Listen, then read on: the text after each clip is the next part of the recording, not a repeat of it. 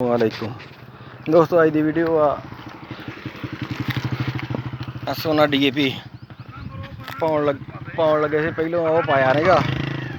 पहले इनू कोई शै नहीं पाई, ना यूरिया ना DAP, सिर्फ एक जहर पाई आ ते हल मारिया आ देखो माशाल्लाह किड्डा जबरदस्त बूटा मारे। CP 77-400 सीड आ माशाल्लाह, बहुत जबरदस्त होया। आ रंग देख लो माशाल्लाह, बहुत जबरदस्त आ। ते इंशाल्लाह अल्लाह दी ज़ात हुण अज इनू पौनी बोरी समझो यूरिया पाउण लगा है। पौनी बोरी यूरिया पाउणी है ते नाल पानी ला देना ते फिर इनू अगली वारी ते इंशाल्लाह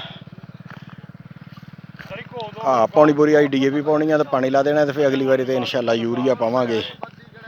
ते बाकी फिर जेह्ड़ा नसीब मुकद्दर होया ते ओह कई कहते छट्टा दे दवे, लेकिन मैं कदी केरा कर दवे उड़ा ते, लेकिन मैं कदी केरा नहीं कराया, इदां ही छड्ड देना।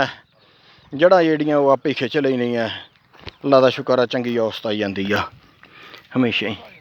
इस तरह दियां होर वीडियो देखने लई सारे दोस्त मेरे चैनल को सबसक्राइब कर लो, नाल घंटी वाले बटन भी दबा दिओ। जज़ाकुमुल्लाह खैर।